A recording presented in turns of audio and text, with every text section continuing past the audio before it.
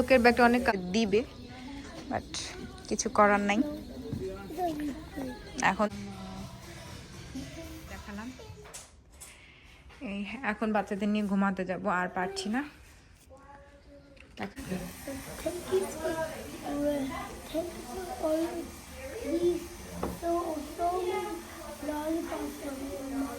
ওকে আব্বা।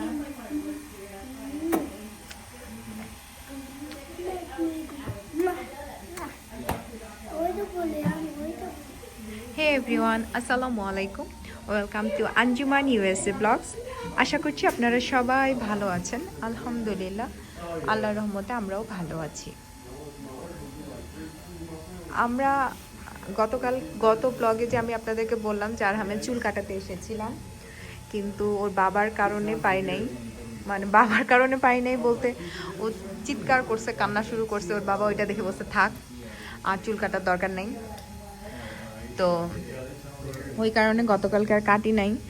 আর যেহেতু আজকে দেশে যাওয়ার আগের দিন, লাস্ট ডে, সেই কারণে আমি ভাবলাম যে একটু ট্রাই করে দেখি, যদি উপরেগুলো না পারলেও জাস্ট সাইডের জন্য একটু কেটে দেয়। এই কারণে আমি একা নিয়ে এসেছি।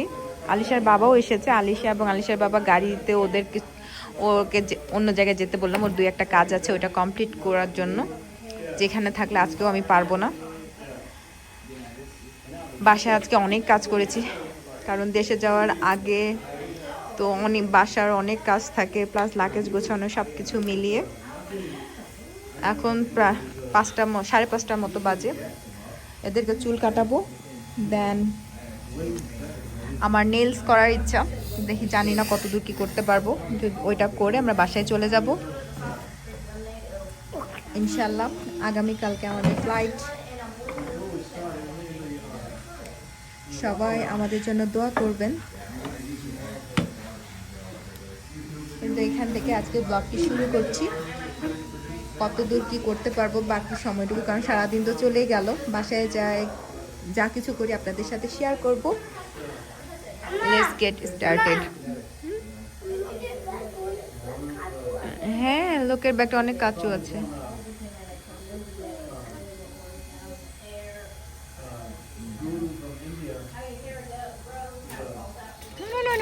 নো, আব্বু ইজ কামিং, আমরা যাবো। যেও না। আমরা তো আজকেও আমি চুল কাটাতে পারি নাই আরহামের। লাগবে উনাকে লাগবে। ও কান্নাকাটি শুরু করছে, এখন ওইখানে থাকবেও না। তো বাইরে প্রচণ্ড ঠান্ডা, আমরা দাঁড়াতে পারছিলাম না। এখন আসছে যে রোজের ভিতরে, সেলুনের পাশে হচ্ছে রোজ।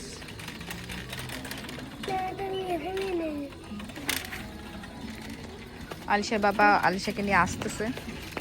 আবু যাও না, যাও না। এই লাগলো। যাই হোক, ওকে এই অবস্থাতেই নিয়ে যেতে হবে। আমি ভাবছিলাম হয়তো সাইডের গুলা কাটতে দিবে, বাট কিছু করার নাই। এখন দেখি বাংলাদেশে গিয়ে যদি কাটাতে পারি তাহলে। এখন আমরা এসেছি আমার হাতের নেলস করার জন্য। এখানে আমাকে অনেকগুলা নেলস দিয়েছে, মানে কালার চয়েস করার জন্য যে কোনটা করব। গতবার আমি দেশে আসার আগে একবার নেলস করেছিলাম, তো সেই সময় এমন একটা কালার চয়েস করেছি যে আমাদের তো ভাত খেতে হয় হাত দিয়ে, সেটা খাওয়ার পরে কালার চেঞ্জ হয়ে গেছে, ডান হাতের এক কালার এবং বাম হাতের এক কালার। তো সেই কারণে আজকে আমি বলেছি যে আমার কালার চেঞ্জ যেন না হয়, এরকম কয়েকটা কালার চুজ করার জন্য।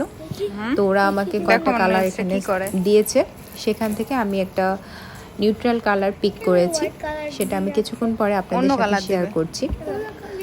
নেলসটা আসলে আমার 2 দিন আগে করলে হয়তো বা আজকে এরকম বের হতো না, কিন্তু আমি ভেবেছি যে সব কাজ কমপ্লিট করে রাখবো, জাস্ট আগের দিন নেলস করব। কিন্তু সবসময় তো আমরা যেটা ভাবি সেটা হয় না।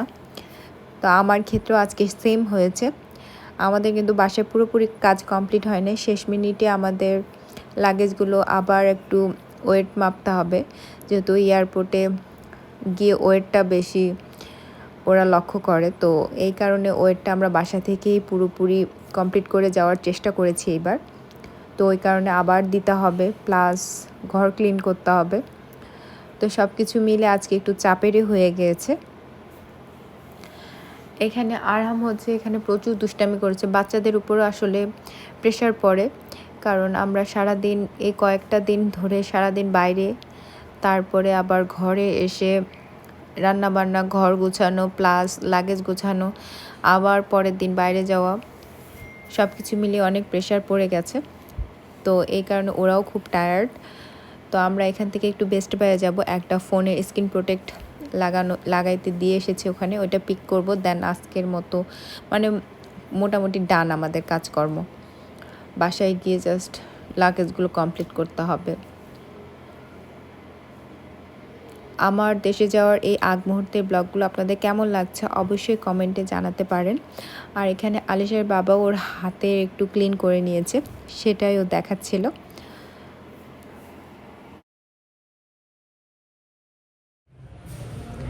নেইলস শেষ করে এখন আমরা আসছি একটু বেস্ট বাইয়ে একটা ফোনের স্ক্রিন প্রোটেক্টর লাগানোর জন্য। মোটামুটি বাইরের কাজ শেষ, যদিও বা বের হইতে চাই নাই, তারপরও আজকে বের হইতে হলো।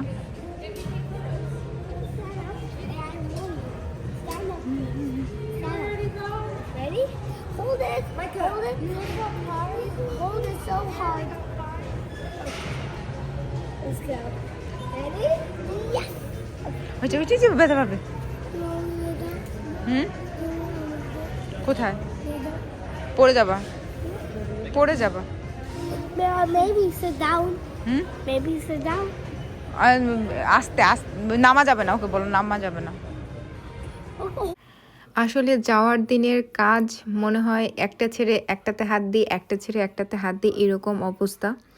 আর যেহেতু আরহামকে নিয়ে এবার আমি প্রথম বাংলাদেশে যাচ্ছি, এবং আলিশা যখন 15 মাস ছিল তখন গিয়েছিলাম। তো আলিশারও বড় হয়ে ওরও ফার্স্ট টাইম, বলতে গেলে আলিশার সেকেন্ড টাইম, আরহামের ফার্স্ট টাইম বাংলাদেশের ট্রাভেল। তো দুই বাচ্চাকে নিয়ে আমার এইবারের প্রস্তুতি অনেকটা মজাও ছিল, আবার অনেকটা কষ্টেরও ছিল, যেহেতু সব কেনাকাটা করে বাসার কাজ, তারপরে বাচ্চাদের সামলানো, সব কিছু মিলিয়ে।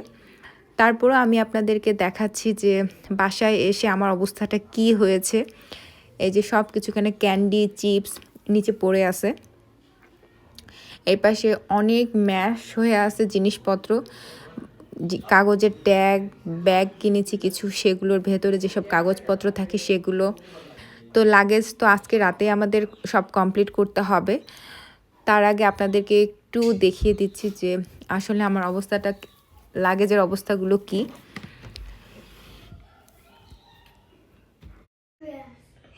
এই হচ্ছে দেশে যাওয়ার আগের একটা ঝামেলা আমার মনে হয় এটা। জিনিস কিনো, আবার ঢুকাও, আবার ওয়েট দেখো, ওয়েট কম হইলে আবার কিছু জিনিস কেনা যায়, আবার বেশি হইলে কি করব সেটা নিয়ে চিন্তা হয়।